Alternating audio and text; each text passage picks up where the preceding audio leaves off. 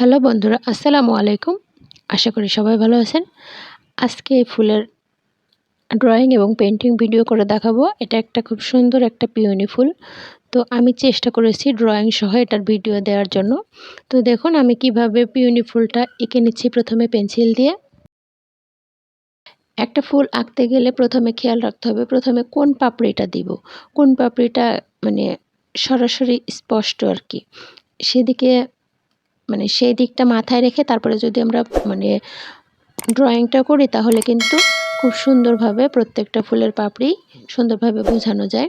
তো দেখুন আমি প্রথমে মাঝে যে দুটো পাপড়ি একটু দুই দিকে ছড়ানো থাকে সেটা দিয়ে নিলাম। এবার উপর দিকে আমি দিয়ে নিচ্ছি।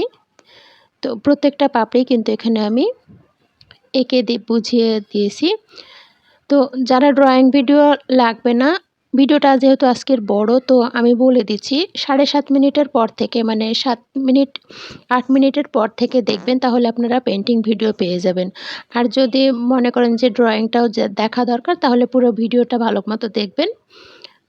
আমি পুরো ভিডিওটাই এখানে খুব বেশি ফাস্ট করিনি, চেষ্টা করেছি যেন আপনারা বুঝতে পারেন। কারণ পিওনি ফুলটা আসলে ড্রয়িং করতে গেলে অনেক কঠিন লাগে। আমার নিজের কাছেও কঠিন লাগে। তারপরেও আমি চেষ্টা করি কিভাবে সহজভাবে আপনাদের সামনে উপস্থাপন করা যায় সেটা করে দেখানোর চেষ্টা করি। তো দেখুন মাঝখানে আমি প্রথমে রাউন্ড দিয়ে দিলাম। আর তারপরে এই যে ছোট, ছোট এখানে দিয়ে নিচ্ছি রাউন্ড। ড্রয়িং ভিডিওটা দেখার পরে যখন পেইন্টিং ভিডিওটা দেখবেন তখন কিন্তু বিষয়টা পুরোপুরি ক্লিয়ার হয়ে যাবে। পিওনি ফুলের শাড়ি কিন্তু অসাধারণ লাগে দেখতে। একসঙ্গে যদি কাছাকাছি প্রথমে ২ টো ফুল বা ৩ টা ফুল একসঙ্গে একটার গায়ে ঘেঁষে আরেকটা ড্রয়িং করে নিলেন। তারপরে সেভাবে যদি পেইন্ট করেন, আশেপাশে আবার ২-১ টা দিলেন, কিছু কলি ব্যবহার করলেন, তারপরে পাতা তো আছেই। এভাবে শাড়ির আঁচলের দিকটায় কাজ করতে হবে। বুকের দিকে ২-৩ টে পিওনি ফুল দিলেন, একটা বড় ফুল দিলেন, আশেপাশে কিছু কলি দিলেন, আর কিছু পাতা এদিক সেদিক করে অনেকগুলো পাতা দিয়ে দিলেন। নিচের দিকেও ঠিক একইভাবে সারি, সারি করে ১ টা ২ টো করে পিওনি দিয়ে গেলেন। এভাবে পুরো শাড়িটা কমপ্লিট করলে অসাধারণ লাগবে পিওনি ফুলের শাড়ি দেখতে তখন।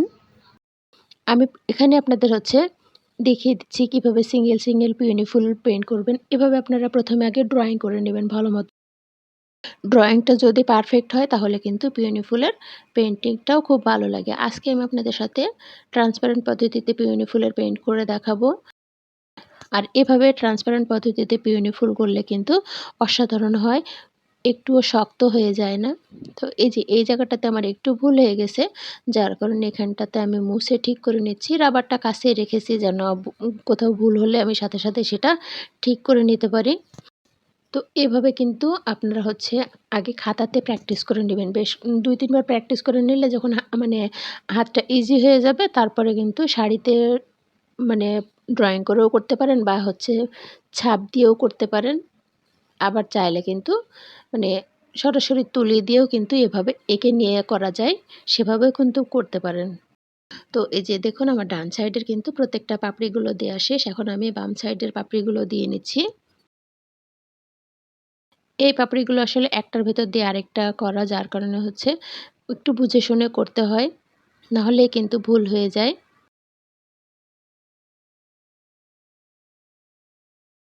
আশা করি এই ফুলটা আপনাদের পছন্দ হবে। আমি এর আগেও বেশ কয়েকটা পিওনি ফুলের ড্রয়িং এবং পেইন্টিং ভিডিও আপনাদের সাথে শেয়ার করেছি। সেটাও কিন্তু চাইলে দেখে নিতে পারেন। খুব সিম্পলভাবে করেছি। তো আজকেরটা একটু কঠিন হতে পারে। তবে ১ বার ২ বার যদি দেখেন বা নিজে দেখে যদি প্র্যাকটিস করেন সেটাও কিন্তু আপনাদের কাছে খুব সহজ মনে হবে, ইজি হয়ে যাবে। এখন ভিতর দিয়ে যে শিরার মতো দাগগুলো সেগুলো একটু দিয়ে নিচ্ছি। জাস্ট আমি ড্রয়িং এর মাধ্যমে পিওনি ফুলটা কীরকম হবে সেটা একটু বোঝানোর চেষ্টা করেছি।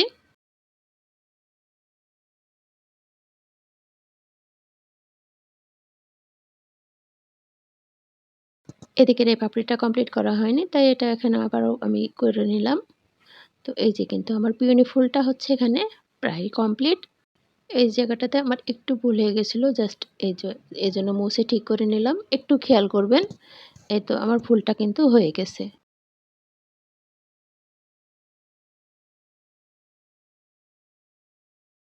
যেখানে যে কটা শিরার মতো দেওয়া দরকার সেটা দিয়ে নিয়েছি। এই যে এবার আমি পাতা দিয়ে নিচ্ছি। পাতাগুলো আজকে একটু অন্যরকম হবে, একটু খেয়াল করবেন, তাহলে কিন্তু খুব সহজে আপনারা করে নিতে পারবেন।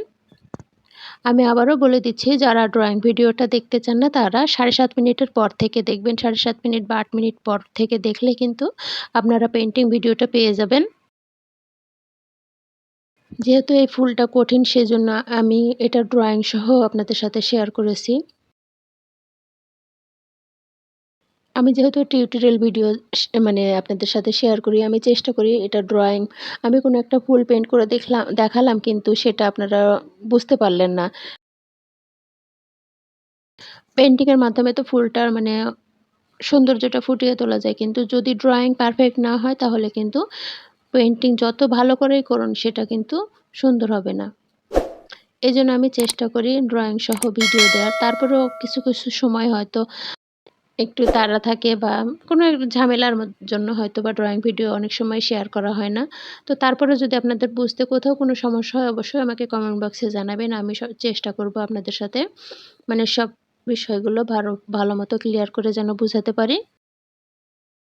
তো এই যে দেখুন পাতাগুলো কিন্তু আজকে একটু অন্যরকম করে দিয়েছি। ফুলটা যেমন একটু মানে অন্যরকম সুন্দর, পাতাগুলো কিন্তু পাতার জন্য ফুলটা আরও বেশি গর্জিয়াস হয়েছে আমার কাছে মনে হচ্ছে। তো দেখুন আমি এই যে এভাবে পাতাগুলো দিয়ে নিলাম, খুবই সিম্পল। একটু খেয়াল করলেই কিন্তু আপনারা বিষয়টা পুরোপুরি বুঝতে পারবেন। আমি আবারও বলে দিচ্ছি, এই ফুলটা কিন্তু আপনারা খুব সহজেই শাড়িতে বা কামিজে করে নিতে পারেন।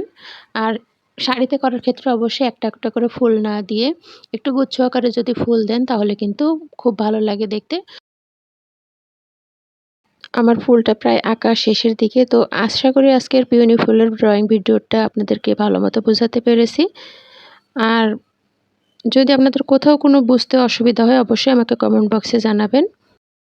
আর অবশ্যই আমার আজকের ফুলের ভিডিওটা আপনাদের কাছে কেমন লাগলো সেটা কিন্তু জানিয়ে যাবেন কমেন্ট বক্সে।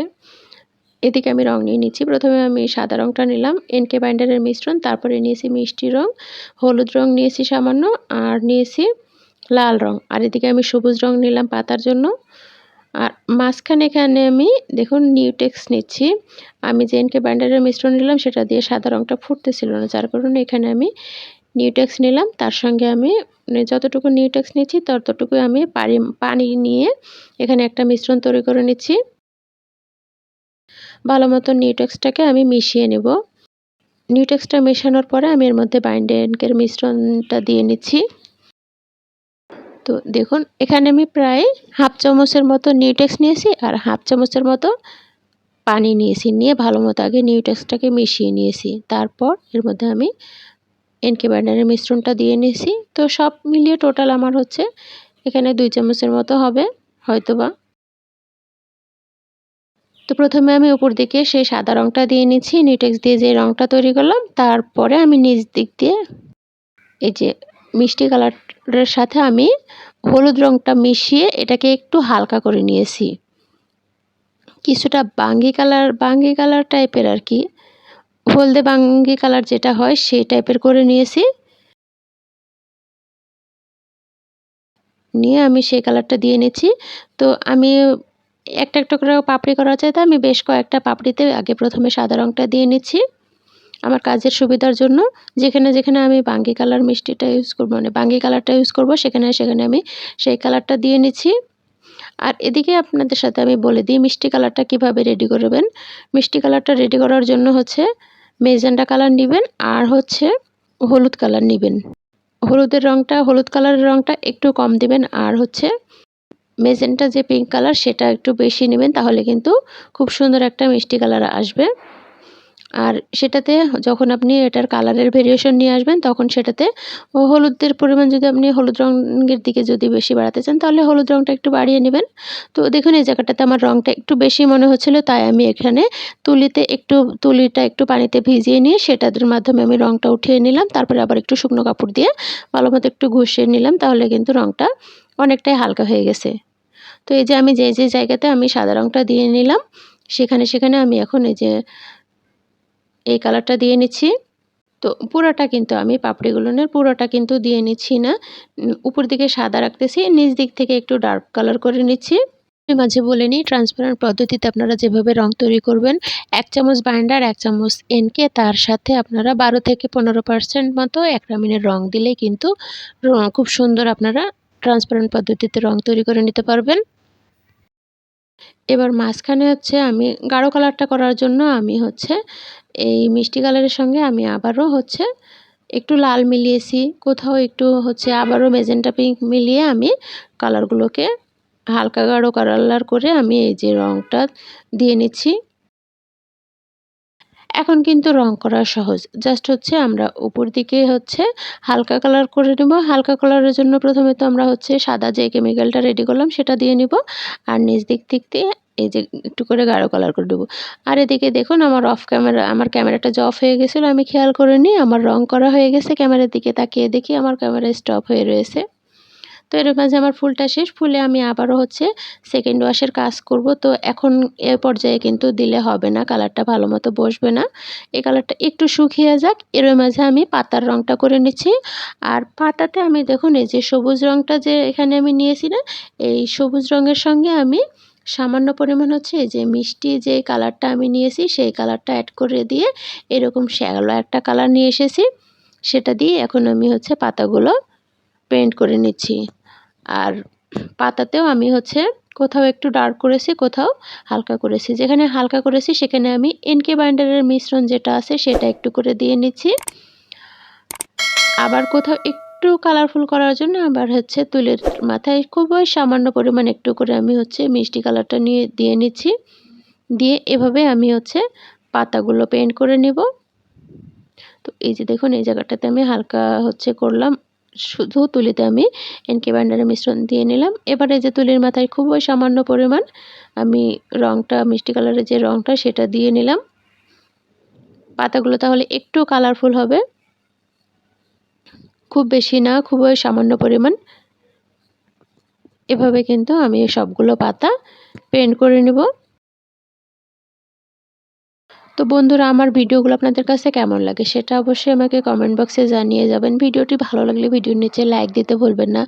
এছাড়াও কিন্তু ভিডিওটা আপনারা চাইলে কিন্তু আপনাদের সুবিধার জন্য আপনাদের টাইমলাইনে বা আপনাদের ফ্রেন্ডস এবং ফ্যামিলি মেম্বারদের সাথে শেয়ার করতে পারেন। যদি তারা হ্যান্ড পেইন্টিং পছন্দ করে তাহলে কিন্তু তাদের উপকারে আসবে। আর আজকের কাজটা কিন্তু আমি পুরোটাই অ্যাক্রিলিক রং দিয়ে করে নিচ্ছি, আর রঙগুলো কিন্তু আমি নিজেই তৈরি করে নিয়েছি। এভাবে রং তৈরি করলে একটুও পানিতে উঠে যাবে না। এর মধ্যে যেহেতু বাইন্ডার আছে, এনকে আছে, বাইন্ডার কিন্তু পুরোটাই হচ্ছে কেমিক্যাল, এটা একটা আঠা। আর এটা হচ্ছে সম্পূর্ণ মানে ফেব্রিকের উপরে অ্যাপ্লাই করা যায়। আর এই আঠার কারণেই হচ্ছে কাপড়ে আমাদের হচ্ছে পানিতে দিলে রংটা উঠে যায় না। তো এভাবে কিন্তু আপনারা নিজেরাই হচ্ছে রং তৈরি করে নিতে পারেন। বাইন্ডার, এনকে আর হচ্ছে মানে অ্যাক্রিলিকের যে কালারগুলো আছে সেই কালারগুলো দিয়ে কিন্তু এভাবে আপনারা ট্রান্সপারেন্ট পদ্ধতিতে রং তৈরি করে নিতে পারবেন।